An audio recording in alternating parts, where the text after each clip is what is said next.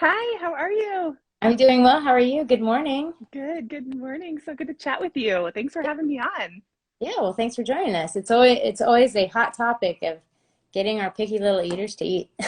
That's right. It I've got really is.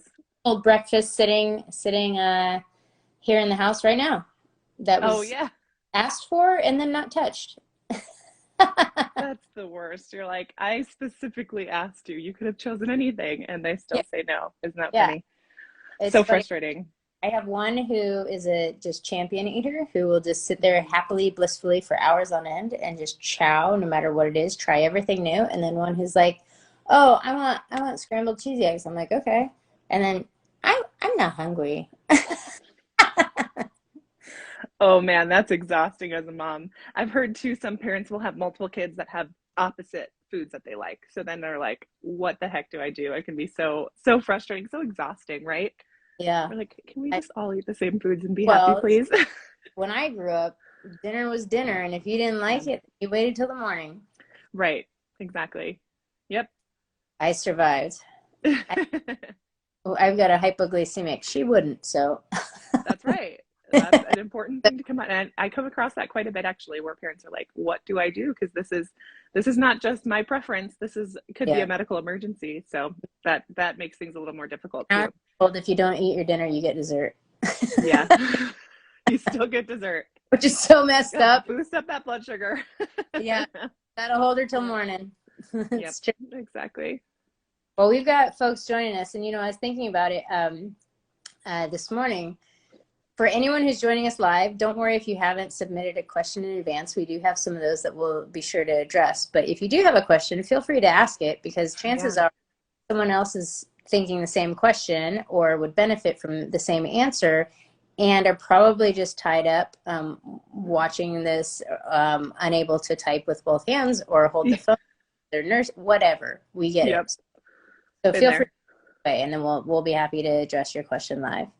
Um, Yeah. all right, Alyssa. Well, the Toolbox series, I don't know if you're new to it, but it's just something that kind of reflecting as a parent and realizing that when you know better, you do better. We are, when we start the parenting journey, many of us just wing it. I mean, that's what we're doing. Everyone's winging, Always. right? Yep. I mean, it's the grand improvisation of life, and we do the best we can with the tools we have. Often they're Mm. tools that we were raised with that we don't, sometimes unknowingly are just emulating what we saw as kids ourselves. And so the whole concept was to add tools to the toolboxes of parents today and give them, when you know better, you do better. So expose them to topics that they may be wondering about but don't have the time to Google. And you have to be careful about Googling answers anyway.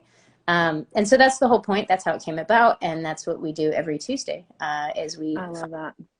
like yourself and spend 30 minutes with them talking about everything parenting, when to worry, when not to worry, and stuff like that. So, if you don't I mind, love that. us how you got started and found your path along nutrition for littles, that'd be awesome. Oh, absolutely. I love to tell a story. So I, like many of you, and what you kind of just described was totally winging it with my baby when he was born. I was already a dietitian. I was in the nutrition support area. So I was actually doing tube feeding for people who can't swallow by mouth. And I loved it. It's like a lot of math, a lot of equations, a lot of the things I love. Oh my, And so opposites. I know everyone's like, you love math. I'm like, I really do. And my son does too. So that's pretty fun. That's awesome. Yeah. And I absolutely loved it, but parts of my job that I loved were when people finally got off the tube, were getting better, and had to start swallowing by mouth again. And it's amazing how quickly our mouths, our brains kind of forget these different textures. And all of a sudden, you have something new in your mouth, or maybe even a child who's never eaten anything by mouth. And I loved working with those patients. And then, of course, my son, we were hit with breastfeeding and then all of a sudden starting solids. And now all of a sudden he's a picky eater. And I was just doing what I could to like keep up. And I was doing exactly what you said, just what my parents did or what I see parents around me doing. And I actually remember this moment where I was at Chick-fil-A with a girlfriend of mine who had her daughter with her, and her daughter wanted to go play on the play place. And of course, my son did too. And her daughter asked, and her mom said, 3 more bites of your chicken, then you can go play. And my son looks at me like, Mom, can I go play? And I'm like, caught in this moment of like, what do I do? Like, I've never really had this. He's not eating. He's distracted. He wants to go play with his friend. Of course he does. He was like 2.5 at the time. And I just kind of followed suit. I was like, well, my friend said this and it worked, so I'm going to do it. And it worked for my son. And we kind of started down that road of what I call adding pressure to get to him to eat, because I care about him. I know how important nutrition is. And all of a sudden we had a picky eater on our hands. And I was like, whoa, what just happened? So honestly, I went back to the research, what I had learned in school, which on paper and in class before you have kids looks really easy and like, oh, I'm going to have this totally figured out. And went back to the research, started implementing some of the things I was learning, and lo and behold, it worked. And he started reversing his picky eating and getting more adventurous. And now he's 6 and super adventurous around food. But of course, now we have a 2-year-old who's hitting the exact same points. And it's really cool to actually be able to implement things from the beginning versus having to dig yourself out of a hole, at least in some degree. So yeah, that's kind of what started and prompted Nutrition for Littles. I wanted to share with people who were struggling with the same thing, because I truly believe 2 really strong things. I believe that picky eating doesn't have to be like the end all be all for your kid. It doesn't have to be this hard to feed your kids. And I also believe that strong families are built around the table. And I think picky eating gets in the way. And I hate to see that. So I wanted to share with the world. Awesome. That's really cool. So it sounds like there's a recipe to follow to undo a picky eater. So I'm going to jump in right there. So big. Yeah. Right? So you found yourself with a picky eater by making it kind of a contingency if then, right? If you have 3 more bites, then you can play. So that sounds like it's a big no-no. I'm guilty of it myself. All of us, yeah.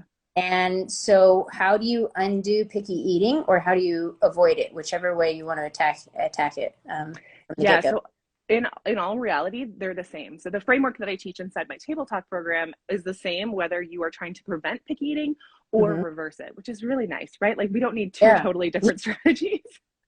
Yeah. Here's that. Yeah. Yes. So really, prevention, the only thing that's really different is you want to really capitalize on that flavor window when they're littler. So when they're starting solids, before that kind of 16, 18-month time frame is usually when we start to see picky eating kind of rear its ugly head at the beginning, peaking at about 24 months, 2 years. And so we want to capitalize on giving them a variety of food before. So obviously, if we already have a picky eater, maybe we didn't do that so well. That's okay. We've all been there. That's really the only difference. Everything else from there is really about what I call knowing your roles. So this stems from division of responsibility. Ellen Satter claimed it and really did a lot of research around it. It's essentially knowing your roles at the table. So what you're in charge of and what your little one is in charge of. And so essentially for parents, we are in charge of what goes on the plate, when dinner or meals and snacks are served, and where. And our kids are actually in charge of if they eat what you served, and if so, how much they're going to eat of that food. So anytime that I see picky eating kind of starting to escalate, it's usually because one or both of us are trying to do the other one's roles. So for example, 3 more bites before you can go play, that's actually us crossing into the how much they're supposed to be eating. When they're telling us, oh, I actually want muffins for breakfast, they're trying to decide what's for dinner. And so we actually start trying to do the other one's roles. And that's where picky eating can really start to kind of like rear its ugly head. And the other thing too, I just want to make really clear, picky eating, I call it prevention of picky eating. Picky eating is a really loose term. Everyone has different terms around it. You can have someone who only eats one type of mac and cheese and one type of waffles, all the way to, oh, he just chose not to eat his eggs this morning. And we both use the word picky, right? So it's a really kind of big, broad term. It's not really defined. And although picky eating, there is some prevention methods. My kind of role is, as the parent, we're the supporter. So we can make picky eating worse and last longer. We can also help it be more of like this phase that they move through a little bit easier.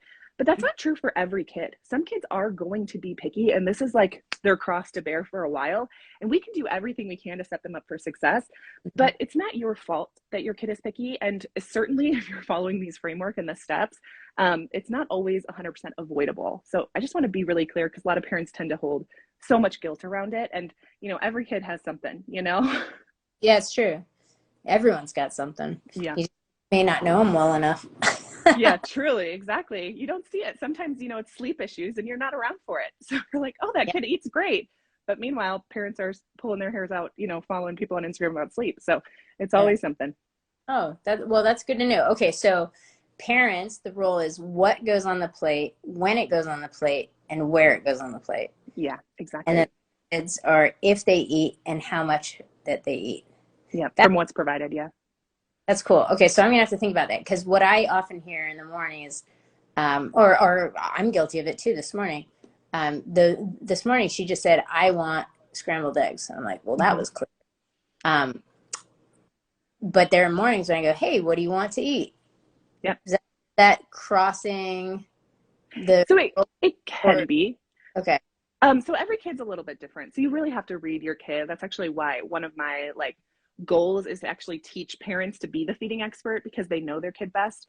So Mm-hmm. I can't just sit here and tell you exactly what to do and what will hurt your kid and what won't hurt your kid. Sure. Every kid is really so different. But what Yeah. I recommend starting with is maybe give them a choice. So you're still in that upper level of I'm deciding what goes on the plate. So you could say something like, well, do you want scrambled eggs or do you want waffles this morning?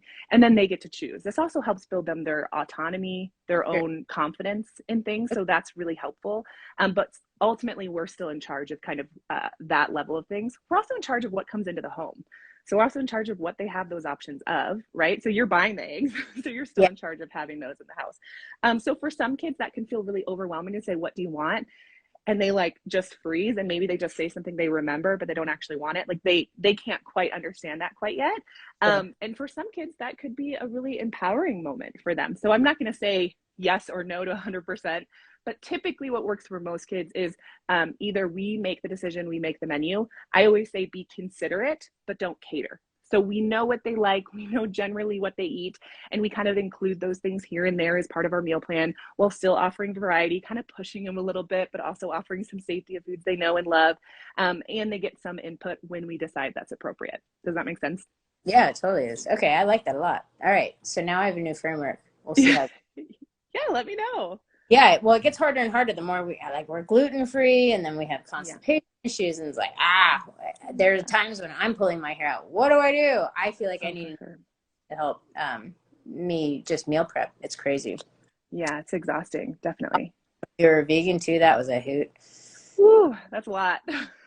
I mean, it's like what? Right, exactly. Oh, Yeah, man. yeah. So I kind of I don't know mental toughness. I'm now we're just gluten free, but Yeah, okay. So let's hit some of these questions because they're inquiring minds. So what are some yeah. good foods for toddlers if they don't like meat? Yeah, I get this question a lot. So, a lot of times eggs are still a preferred food if kids don't like meat. So it really depends there. Eggs are a great source of protein if you can get them into your little ones. Sometimes it's scrambled over easy in a quiche, multiple different ways to serve eggs. So that's a great one.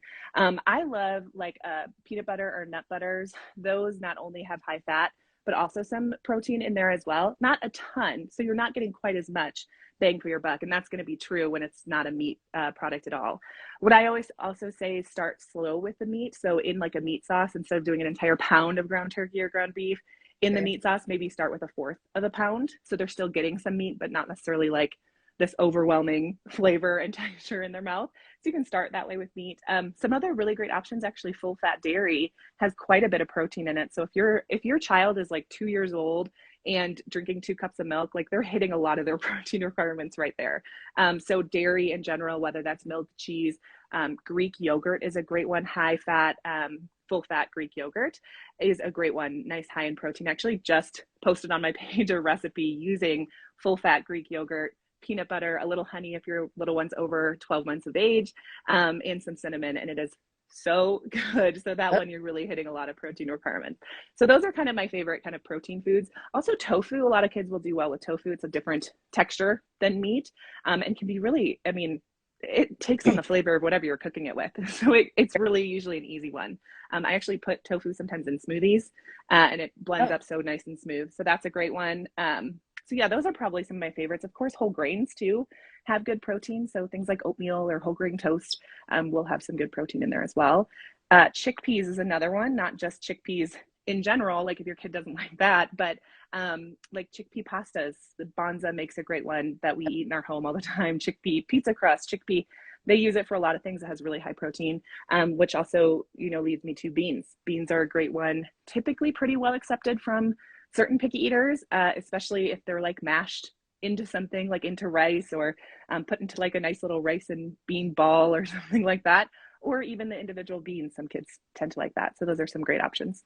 Yeah, I found my little guy, he's not 18 months yet, but he likes the chickpeas. But I was Yeah. finding that he de-skin them because he was Hmm. choking skin. He was Oh like, yeah, that's a just great tip. FYI, because there is a sheath around every Yeah. little Gonzo bean chickpea, and if you just pinch it, it pops right off. So just That's FYI. perfect. Yeah.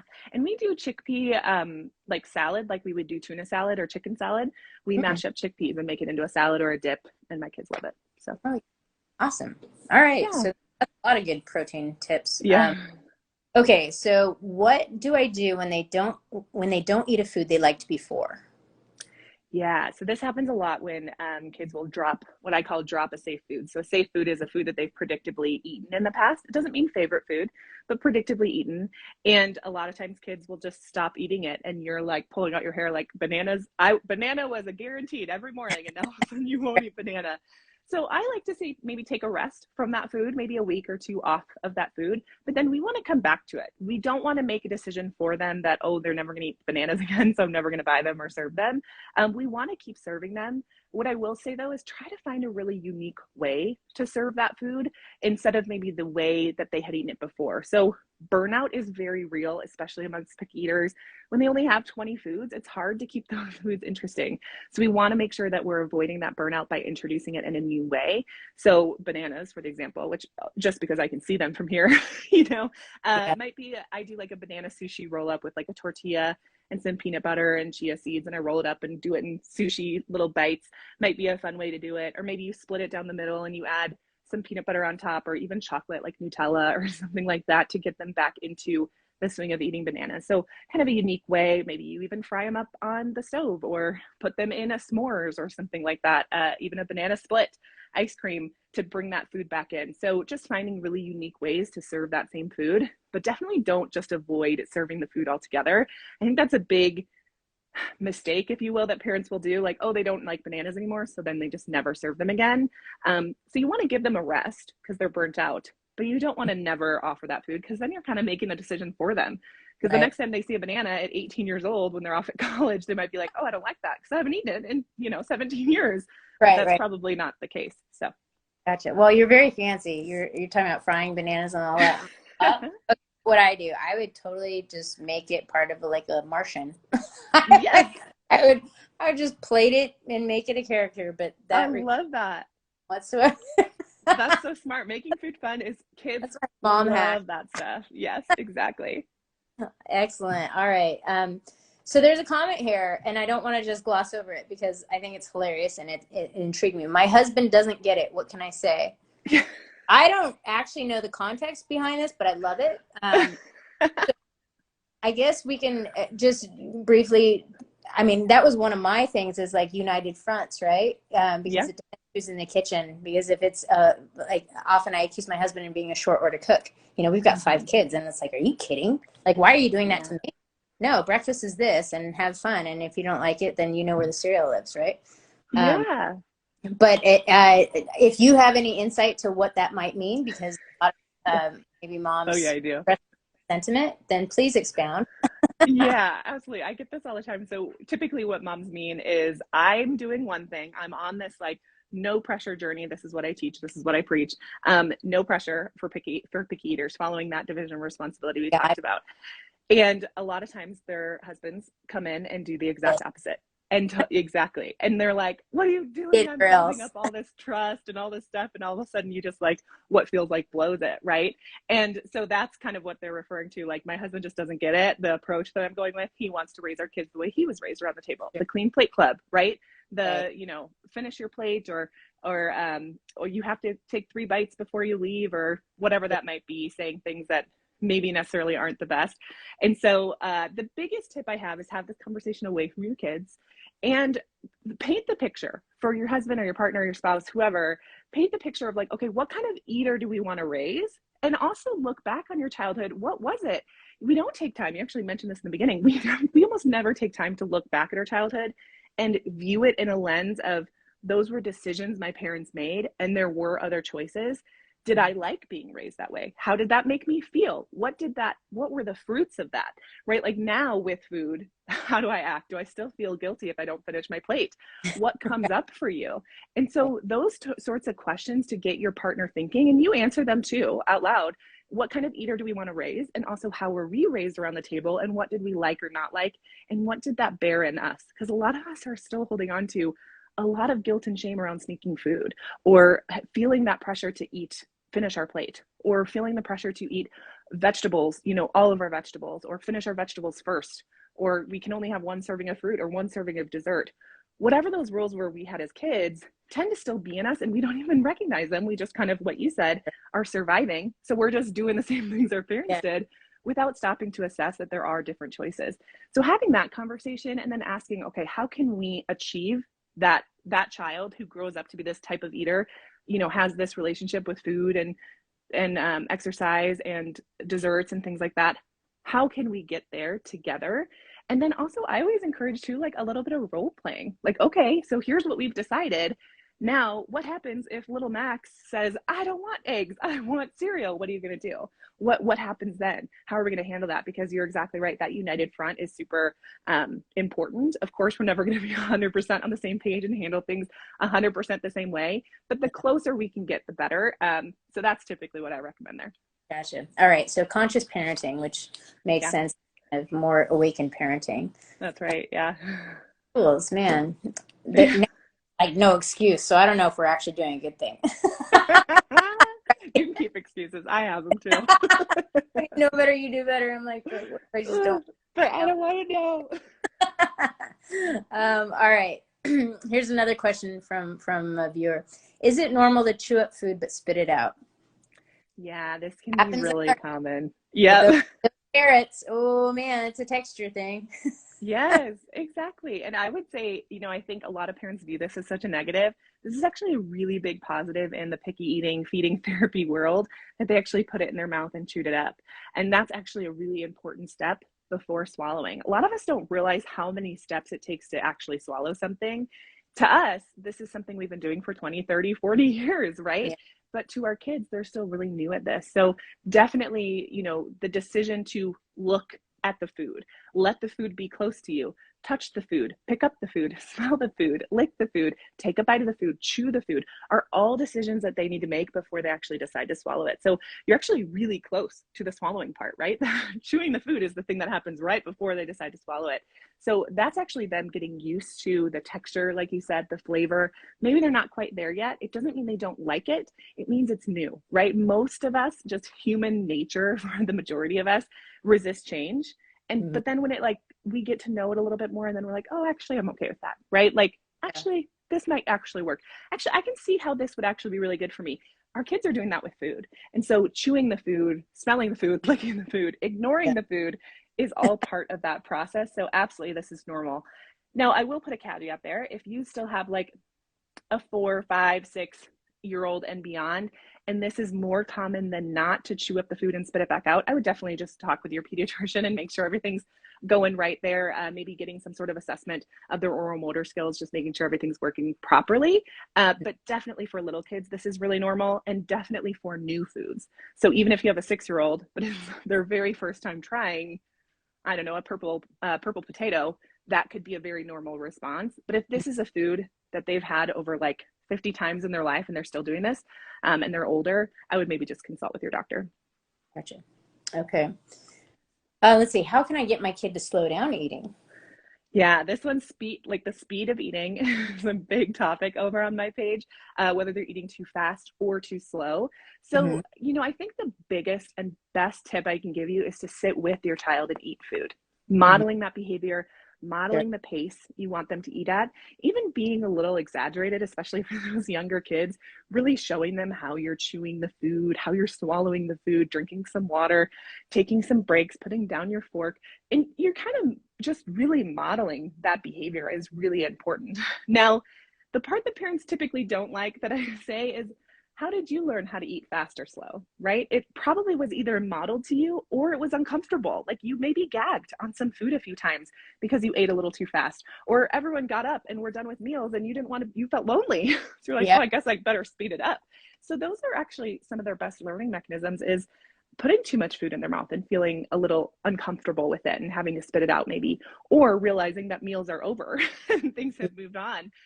So it might feel a little uncomfortable as the parent. I always recommend, especially if you're fearful of gagging or choking, is to take an online CPR course. I have one that I love, but you can also go in person to like what is it? It's blanking, the Red Cross, that's what it is. Red Cross here in America is a great one, so that you can go in person if you're worried about them choking or gagging. But I always say gagging is actually good. This is a learning mechanism that kids, this is actually really important for them to be able to gag and keep themselves protected and safe. So I know that can be really scary. Some other tips that I've learned just throughout working with other feeding therapists are things like putting a little fork line where they should be taking a bite so that they're not taking too big of bites, adding food slowly to their tray instead of having like a mountain of food that they can shovel in. So maybe, 10 bites or so at a time, and then add it kind of more slowly. You can even tell them something along the lines of like, it's okay, your food won't run away. Like you've got Right. all day, or, whatnot, to ensure and encourage them that their food's not going anywhere. Okay. And, that's interesting because I know that I remember back to my childhood, my grandmother, she would say, eat slowly, chew, chew, chew. And she would chew her Mhm. like 75 times. So my Oh yeah. brother would sit there and count and watch her as she chewed. And we'd try it and talk about gagging. You get it so masticated that it's like, oh my, Yes. gagging on what this is overly chewed. But that was how we were conscious. And then I remember going, we only had two in our family, two kids. I remember going to my friend's house and she had older siblings and they would just like, whoa, and they were done. I was always the last one at the table. And if you Yeah. wanted more food, like you better hurry up. And so it was kind of Yeah. a between Grandma Fuji chewing like 75, 80 times to the point of like kind of vomiting in your mouth because it's so gross. Ooh. And then my friends who were like, if you want to eat, you better get while the going's good. Yeah. That's super interesting. Yeah. And I bet you finally were like, I think I want to fall in between these two. Somewhere in the two. Yeah, really Yeah. true. So modeling, I totally understand that. Here's one that I think a lot of folks struggle with is my kid doesn't stay at the table. Help. Yeah, this is a big one, especially for that toddler age. They're Oh, just distracted. thanks. So the number one thing we can do, and this isn't always easy, and again goes back to being considerate, but we don't want to cater to them. But really, ideally, we should be planning our meals and snacks when they are hungry, but they're not over hungry. So Okay. sometimes we have meals or snacks and they're just not hungry, and of course they just want to go play. Now that's not always avoidable in a family. I believe whatever's best for the family wins out. We're not catering to individual children here, in my opinion. But what I would say is try to hit that stride if you can. And most people, whether children or adults, need to be eating every 2 to 3 hours. So that feels like a really natural rhythm to start with. So that's probably the biggest thing, is making sure that they're hungry for the meal. The second is making sure that the meal's like on the table, ready to go for impatient little eaters. If they have to sit at the table and wait for you to plate everything and bring everything over and you're up and down, they're going to want to be up and down. So again, modeling that behavior, that when it's mealtime, we all come, we sit at the table as best we can, we stay seated. I know as a mom, it can feel like a ping pong ball sometimes. So doing our best to do that. And then making the actual environment really comfortable. So making sure that they're supported on their back, on their bum, even on their feet, so that they want to stay there. I use this example a lot in my free classes where like I've been to Buffalo Wild Wings, sitting in the bar. It's just like a metal bar stool, not even with a footrest. And I don't want to stay there long. And that's actually by design. Like by Really? design, In and restaurants want you to get in and get out. So they make it uncomfortable. So we want to think that way. We say, okay, the highest class restaurant I've ever been to was so comfortable. My feet hit the floor. It was a cushioned seat. I had a backrest. Everything was really ergonomic. I felt like I was, eating and wanted to stay forever, right? And that's what we want our kids to feel too, is just really comfortable, really supported in their seat. Trying to make the meals just entertaining to them or appealing to them, using maybe some fun character plates, or like you said, different shapes of the food, or make their food kind of fun. So really thinking about their experience when they come to the table. Is this a comfortable spot? Am I interested in what's over here? Versus, do I want to run over and play with my toys? TV off, distractions, other places off, are some of the biggest ones. And then also setting our expectations. Kids who are 2, 3, 4 years old, really to start with, should only be sitting at the table, or we should only be expecting them to sit at the table, rather, 1 to 2 minutes per year of age. And then we go up from there. So sometimes we think they're not sitting at the table for very long, but it's actually 5 or 6 minutes. And that's enough for them right now. And then you can start increasing it slowly by like a minute or two every few weeks. I like to do this with a sand timer. So telling them, you don't have to eat, but you do have to sit at the table with the family or whatever until the sand timer runs out. And then you slowly increase it. Gotcha. Okay. Well, that's interesting. I didn't know that 1 to 2 minutes per year of age. Yeah, it's really low and people are And that's surprised. the time in which hopefully they're eating. Right. And if they finish eating, then they still have to wait a little bit for the sand timer to finish. I I like mean, that. that's how we do it in our family. Every family is different. Again, there's no perfect answer, but our kids have to like ask to be excused if they want to be excused a little early, and it kind of depends on the night. So there's no hard and fast rules, but that's Sure. kind of the goal. If you need to get your kids to sit at the table a little bit longer, this might just be for a season, and then over time it kind of levels out. But it's certainly a skill. Our kids don't have very long attention spans. I Yeah. don't really either, honestly. So Yeah. this is good. Okay, well, that's really interesting. I like that. All right. Well, we addressed, we have, obviously we can go on for days because there are millions of questions. Uh-huh. Yep. Probably have to do is circle back and do another session with you. Yeah. But I think we addressed a lot of the questions that folks sent in advance, so that's good. Always like to do that. Next week, we will be back with another expert. I'm trying to actually remember. It's not coming to the top of my mind right now, but always a really interesting topic. So if you like what you're seeing, please start following and join in. It's funny sitting here seeing everyone who joined. I see a lot of past experts who are tuning in. Oh, awesome. Which is really cool. So trying to, everyone's parents for the most part. So everyone's trying to put tools in their toolboxes. So Alyssa, I really appreciate your time. I learned a whole bunch. I'm going to employ some of these and kind of get our crazy train back on the rails. I feel ya. Yeah, right. It's a good time though. So I appreciate it. One last question, just out of my own curiosity, because I believe it to be true just in my own little experimentation with my kids. Do you believe that tiny taste buds can be trained? Oh, yeah, absolutely. I mean, I think trained is an interesting word, but the research really shows that our taste buds turn over every 2 weeks. And Oh, really? so, yeah, Oh, and so it's a little earlier for some kids younger than that and a little bit longer for older adults. So absolutely, this is again a reason why we would never want to just decide never to serve a food again because it's sure. always changing, which is the blessing and the curse of parenthood that they're Food and always tar- changing. As soon as you've got it under control, it's like some big change happens, right? So yeah, absolutely, taste buds change all the time, which is a blessing and a curse. Yeah, Yeah. yeah. Enough said. Yeah, absolutely. Good question. All right. Well, I appreciate your time, and we will definitely have to set up a second go round because there are a lot more questions, and it sounds like you have a lot more answers too. Fount of knowledge. Talk Thank you. about this forever. I love it. I love it. You can tell you're passionate about it. It's really cool. Yeah. Oh, thank you so much for having me. I really appreciate it. Anytime I Yeah. can, share this information with moms, I just and dads too.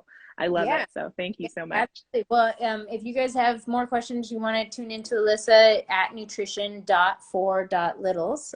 Check her out, and thanks for your time. I appreciate it. Yeah. I also have a podcast too. So Nutrition for Littles. Oh, cool. So yeah, it's a podcast. I mean, I'm just like such a podcast junkie. So I decided to start one myself and just talk about nutrition even more. So Cool. more Awesome. information there too. All right, well, check it out. Well, you can hear my crew is now joining me. I Oh, guess yes. Buzz, you hear them coming out loud and proud. That's awesome. It's so good to meet you. So good to chat with you. Thank you Like, so much for having me, you guys. all right, thanks, Alyssa. Take All care. right. You Bye. too. Bye.